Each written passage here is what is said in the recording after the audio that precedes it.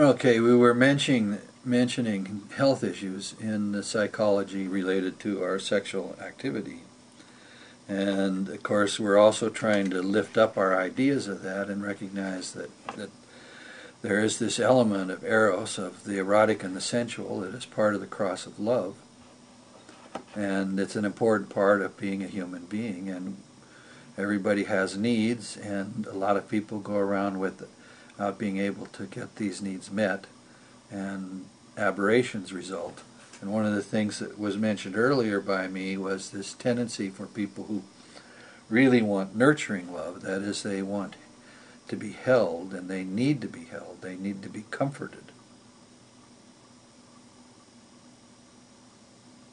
can tend to experience that want as desire for sex, because that's how they get it, that's how they get held.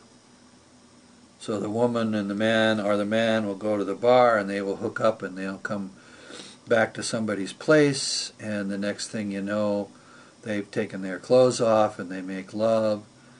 And if somebody doesn't get up and go home, what do? They sleep together. And what do when they sleep together? They cuddle, they hold each other. So the process, let's just look at the process phenomenology. You have this kind of dating scene, and people, go through these dances trying to figure out whether they can trust this person, and then they go and they have sex, and they, later they will evaluate how good the sex was, and of course it can be good and bad, there's skill levels involved. But one of the other things that happens is they spend the night together and they may end up holding each other, and that need, that end result, may be the ultimate driver behind the whole thing in the first place. We get confused in our understanding of these things, particularly when we talk about orgasms, as if orgasm was the thing. Did you have an orgasm? Well, how many times did you come? This is immature thinking about these questions. All right?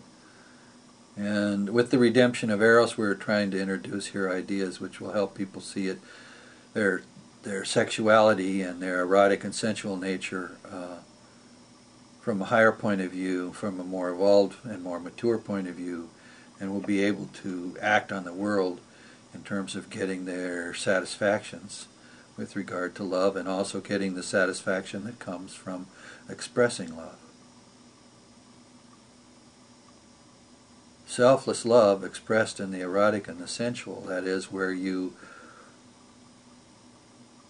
love your partner, that is, they're passive and you're active, and you're not being active for yourself, you're being active for them because you've learned how their organism works in the totality of it, and what it means to them to be touched and stroked, and all the different things that you do, which are not techniques, but if you're having a discussion about your sex life with your partner, then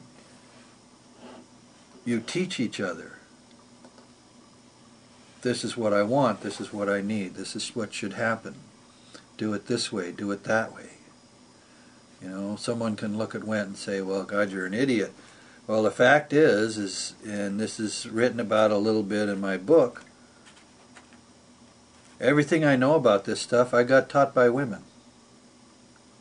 I had to throw out everything that boys were telling me when I grew up. I had to give it up, In my mid-50s and on, I was encouraged to abandon all that stuff that I thought I knew about myself and about women. And the more I got into it, and you could say in a way that was a manifestation of the return of the mother that I was receptive to. And this manifestation spoke not through an individual woman, but through the totality of the woman that I met. I mean, I could sit and give a talk about that, but of course it would be very personal and about specific women, and that's not right. Everybody can understand that. But lest anybody thinks it wasn't women that told me stuff.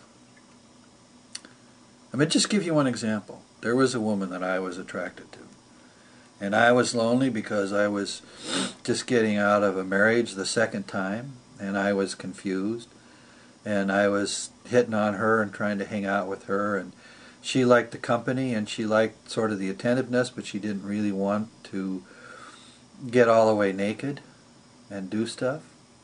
And at one point to me, when we were talking about it, she said, "Don't you want it to be forever?" And I had to think about that, and I asked her again. And basically what she was saying is, don't you want what draws us together to be something that we want to last forever? That we're not here for the moment. We're here because we're going to be together forever. And that's the depth of feeling that one can have and maybe ought to have. All right? And in a previous episode, I talked a little bit about singing, and of course that's one of the things that one can say to one's partner. But you need to feel it. You get in there and fake it, you're going to cause ruin on yourself and everybody around you if you go out faking what you're feeling. And it's really hard to do. Women will go for it because, they don't have a lot of choices. We make a lot of compromises in these situations, and we do the best we can. Nothing's going to be perfect. But it is possible to think about these things and to have dialogues with your partner, even if you're just building a relationship for the first time, to talk about stuff that's really important and try to understand yourself. Okay, so let's back up a little bit. Dominion and surrender and hunger. Okay. Passivity, aggression, receptivity. One of the ideas that I mentioned earlier was that a pleasure for a woman is heightened by her surrender. And of course the same is true for a man. His pleasure in the act of lovemaking is heightened and in a different form when he lets himself be passive. There's a book I read that had some interesting sexual dialogue in it from the author, and he has his characters say to each other, and they're supposedly adepts at the arts of lovemaking, and they have a kind of playful discussion about who's going to make love to who. Who's going to be receptive and who's going to be aggressive, who's going to be passive and who's going to be dominant. And the whole nature of the dialogue is that the pleasure that the person who is giving pleasure is so real and intense that they're kind of fighting over who gets to be the person that gives the pleasure, not the person who receives the pleasure, the person that gives the pleasure. Think about it. Okay? Now, okay. The hunger. I'm going to start a little bit because I want to introduce it here and then go. I have to pause and go on to the next one. But my Native American friend said to me that men don't understand what it is to be a man. But all men have the capacity to know what it means to be a man.